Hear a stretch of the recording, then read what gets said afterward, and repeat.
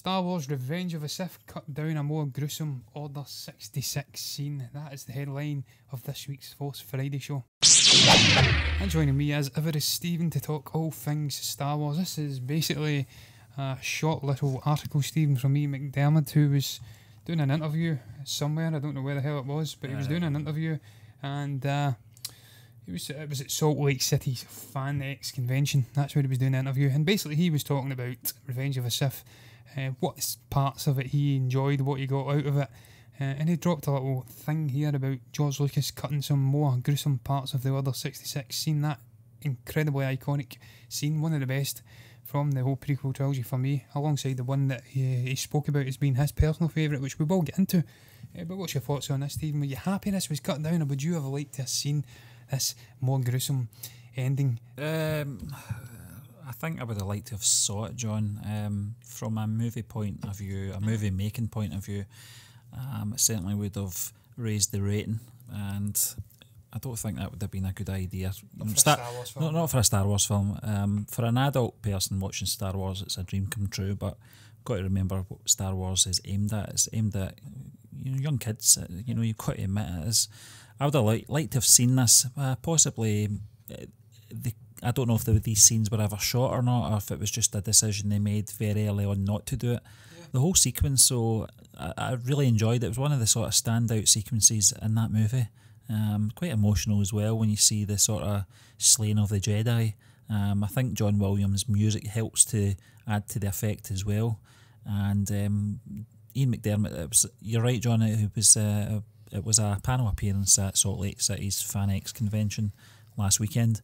And he said, I think it was a little more gruesome than you ended up seeing. A lot of the young potential Jedi ended up on the cutting room floor. Quite a clever quote there from Ian McDiarmid. He's a very interesting chap. I really did enjoy his appearance at Star Wars Celebration last year, I think it was, at the 2017 40th anniversary. Him and Hayden Christensen were on stage together. It was quite an interesting conversation they had, and I probably would have liked to have seen some kind of sequences, even as some extras on the DVD release back in 2005. It's interesting, but I think George Lucas handled it well. There's some scenes that were graphic enough, I think, particularly in the scenes with Ayla Secura, played by Amy Allen. They used that kind of technique where you knew she was getting shot at, but with the clone troopers, but all those sort of leaves, those big giant leaves covered up what was happening. It was a good scene. I think what came out cinematically was perfect. I've got to be honest with you. It's interesting though. It's interesting that Ian McDiarmid knew about this, that it could have potentially been a different sequence altogether, a bit more graphic. I think as well the scene where Anakin comes into the Jedi Temple and the younglings are there. I think that was handled the correct way, where it ignites the lightsaber. That young chap, the blonde-haired one, the one that didn't really deliver his line that well, kind of shakes when the lightsaber ignites. That was probably one of the best bits of acting in the film as well. I think that was enough, because you've got to draw the line somewhere, especially when you're concerned about how the film's going to be rated. I think it got a PG-13 if I'm not mistaken. I think it was the first in the Star Wars series to get a... And the last now at Disney have took over. Yeah, probably. Sadly. But I thought it was handled well, I've got to be honest with you. Although I say that, Stephen, Disney's handling of Rogue One at the end, where we've got Vader slicing people in half and choking them up against the wall with the Force, that was pretty dark. In terms of this, I kind of agree. This is what they had to do for a Star Wars film. They had to tone it down. They had to bring back the gruesome element. You can't have people getting sliced in half like they did with Snoke and stuff like that. That just wasn't going to cut it, I think they got the balance just about right. And you were right what you said about the Ayla Secura moment. I believe it was on Felicia, where they covered it up. That was just about the most gruesome death, I think, where they were shooting into her for a good 2 or 3 seconds after she'd been downed. And I always remember you saying, I think they got her. But I loved the sequence. I thought it was a fantastic sequence. It did show you how the Jedi were cut down in size to the point where we see them in A New Hope where there's only 1 or 2 left. Well, 3 left, technically, if you count Luke as a Jedi in the first film. I don't, because he wasn't at that point. He was just a whiny little git who was on his way and on the path to becoming a Jedi.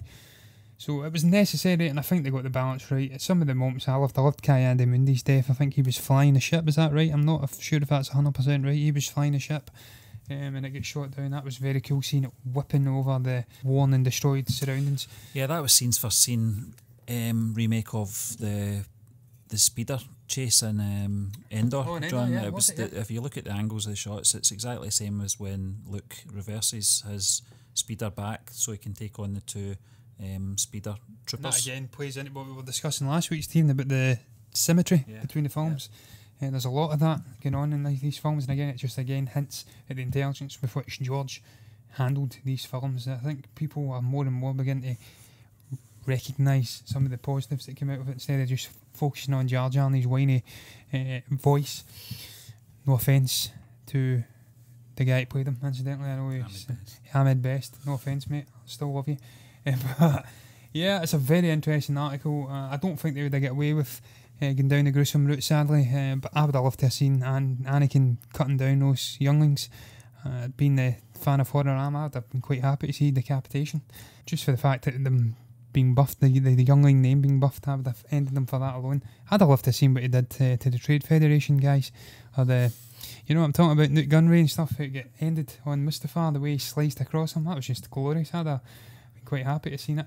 Selfishly, I'd have loved to have seen the gruesome side of it. I don't think it was ever something that was ever shot though, because we would have seen it in the bonus features, because they were fantastic, the bonus features for the prequels. And if it was something that was put to film, I think we would have seen it. I think this is something that was probably part of the storyboarding stage. We did get to see that in some documentaries, the extensive storyboarding and the way they scaled it back and got a final story and path in place.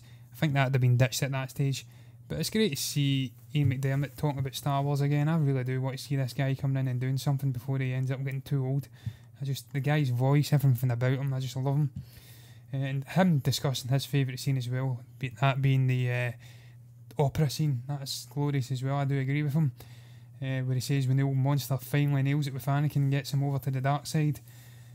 That is for me the one that perhaps the greatest scene in the whole prequel trilogy. Everything about it, the tone, the music, the culmination of years of manipulation coming to a head. And again, yeah, it's just a fantastic article. And again, seeing Ian McDiarmid talking Star Wars is something I always like to see. I always remember, I don't know if it was Celebration, the same one you were talking about, Stephen, where he came on and he recited some Shakespeare in the voice of the Emperor. And Jesus Christ, it got my goosebumps up. It got every hair in the body on end. Just what a guy. He's got that voice, and I want to see him back playing that character before it's too late. It was also good to see him do the reshoots for the Emperor scenes in Empire Strikes Back. Yes. I thought, obviously for continuity as well, it worked. But I think you're right, John. He's a fantastic actor, classically trained actor. Mm-hmm. It'd be nice to see him used in some kind of capacity in future Star Wars films. Obviously, it'd have to be prequel-esque, but I think he's a talent. He's a big Star Wars fan. It's good to see that he's given George Lucas some credit for the way those scenes were written. The only thing that really bugged me about that scene was the visuals. I didn't find that whole opera scene that very much interesting. It's very much an afterthought, wasn't it? It's something I don't think I would buy tickets to go and see. Some kind of, it looks like big jellyfish things. Stephen? They should have used that bloody operatic singer from The Fifth Element. They should have done something like that. Do you remember what I'm talking about? Yeah. The operatic singer. Get her in there. Or size noodles. Yeah. No, we don't want to go there. I'll get that jazz band from So a Star Wars Story in there. Get some jazz into it, you know. That was terrible, by the way. But yeah. We're going to move on, John. This is a little article that came in from slashfilm.com earlier this week in regards to Enfys Nest.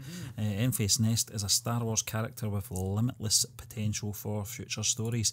Now, going to be very difficult for me to recall a lot of the character scenes in Solo. I only seen Solo: A Star Wars Story once back in May, Waiting for the Blu-ray release of this. I know you're waiting for the digital download so we can see this movie again. It's coming out very shortly over here in the UK. But the character itself, it was interesting. You know that famous phrase from Star Wars, from a certain point of view, certainly does relate to this character and her gang of vigilantes. I think they're called the Cloud Riders, John. Yes.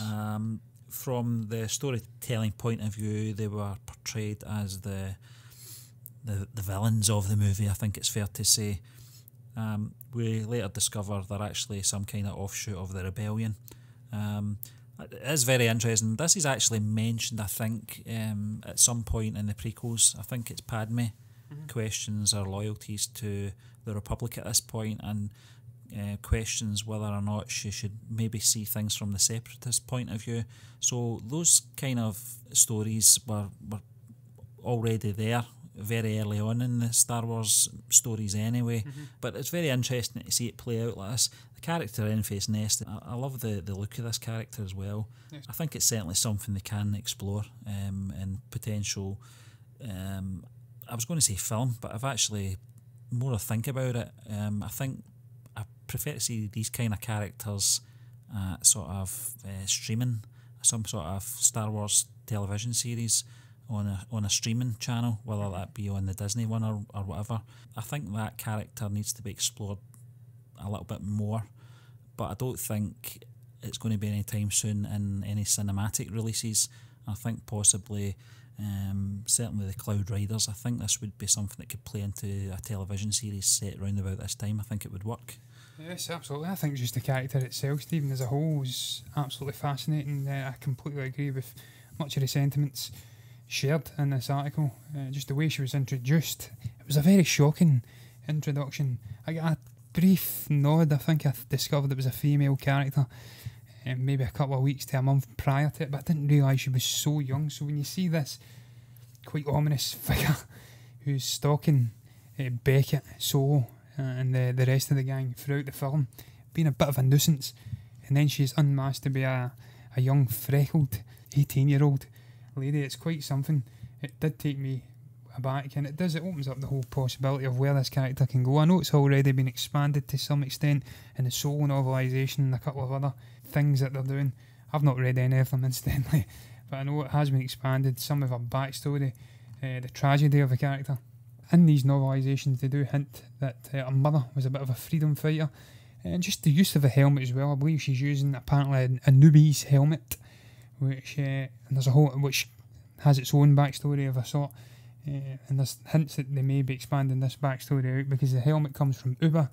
The backstory being that the Uba 3 was destroyed by the Sith Jedi War, and then they were relocated to another planet, Uba 4, which was bombarded by the Galactic Republic, leaving it with a thin atmosphere, which in turn made them mutes. And we do see that on the planet, Stephen, at the end where they're tongueless, I believe. For mutes, there's no need for their tongues, and that was down to atmospheric changes. So there's a whole host of interesting things going on with this character's background. The fact that she is so young in Solo as well, she's only 18, opens up the possibilities of her being alive all the way through to maybe even after Return of the Jedi, and in between that and The Force Awakens.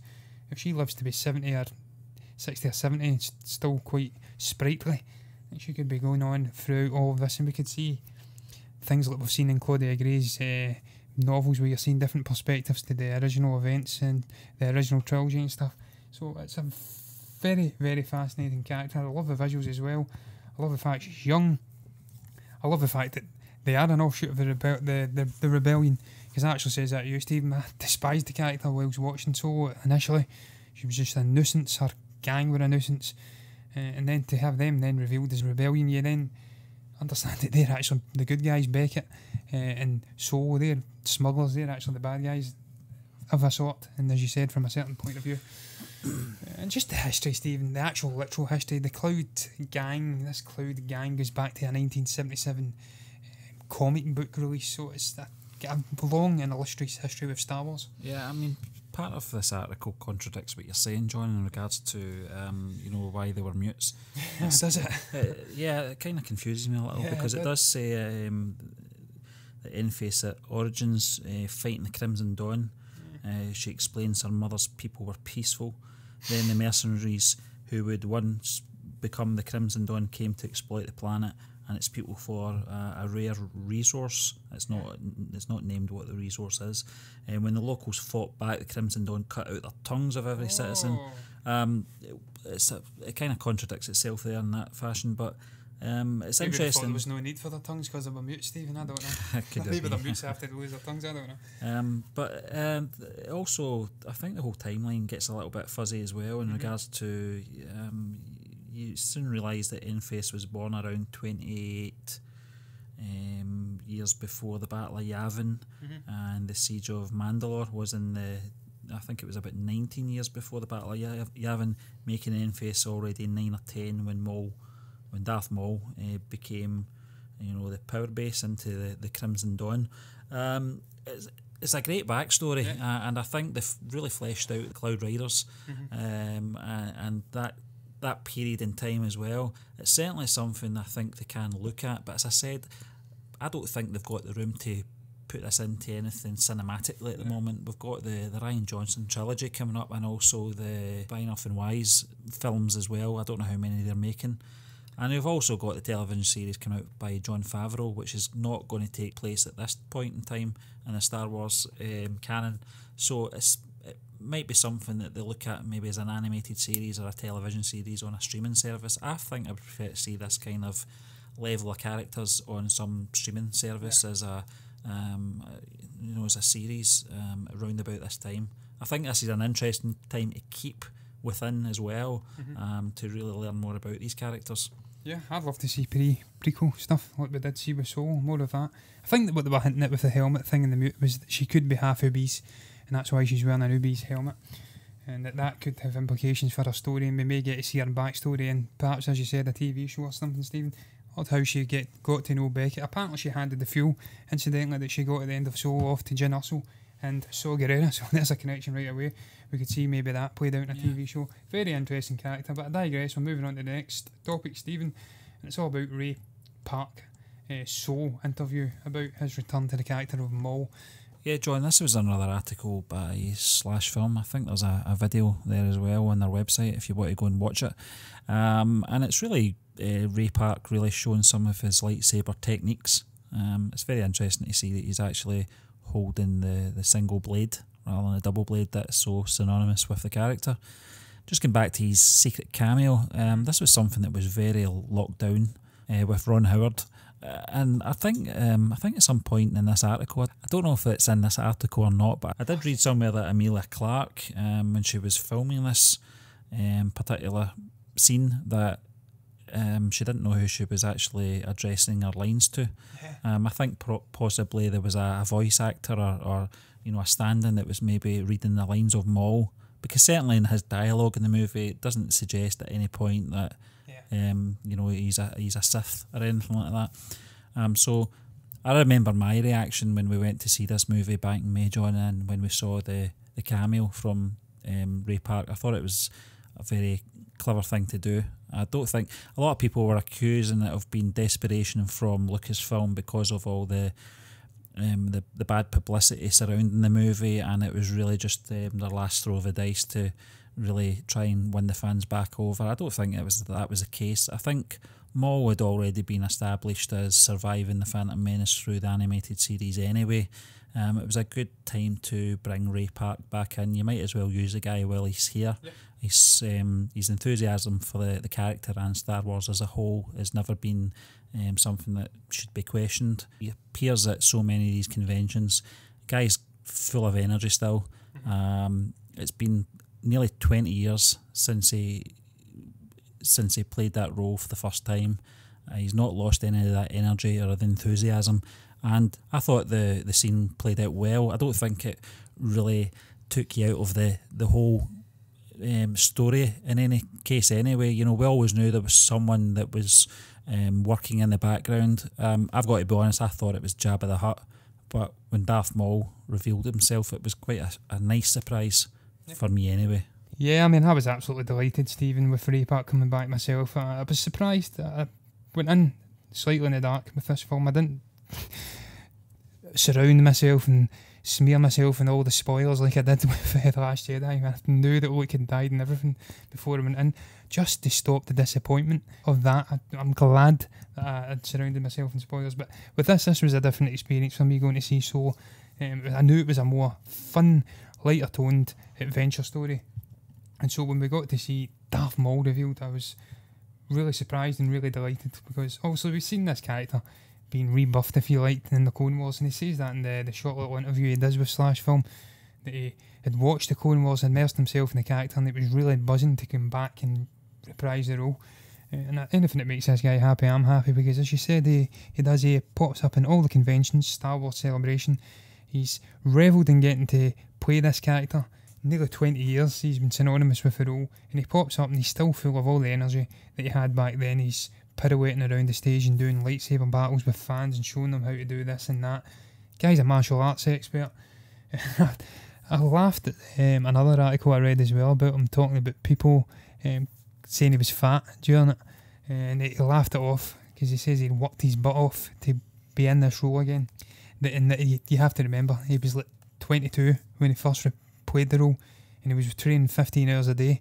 For this time he was only doing 46 hours training with a hip injury, and that he just laughed that off, and that's good that he has got a bit of a sense of humour as well, because he wasn't fat by any means. He had a little bit more chubbiness around the face, but this is a guy that's nearly 20 years older.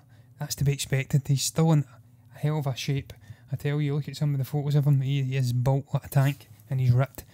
But yeah, all in all, really enjoyed the interview, getting to see his enthusiasm for the character still bursting through. He was literally jumping about on the spot. Someone actually mentioned in the comments, this guy looks as though he wants to be doing something physical every second of the day instead of standing here talking to this guy. But he doesn't just stand, he gets in nitty gritty and does some lightsaber dueling with him as well. And yeah, just seeing enthusiasm and the fact that he has kept on top of a character. He's watched the Clone Wars, and just seeing these unbridled happiness about getting to work with Ron Howard and reprising his role again.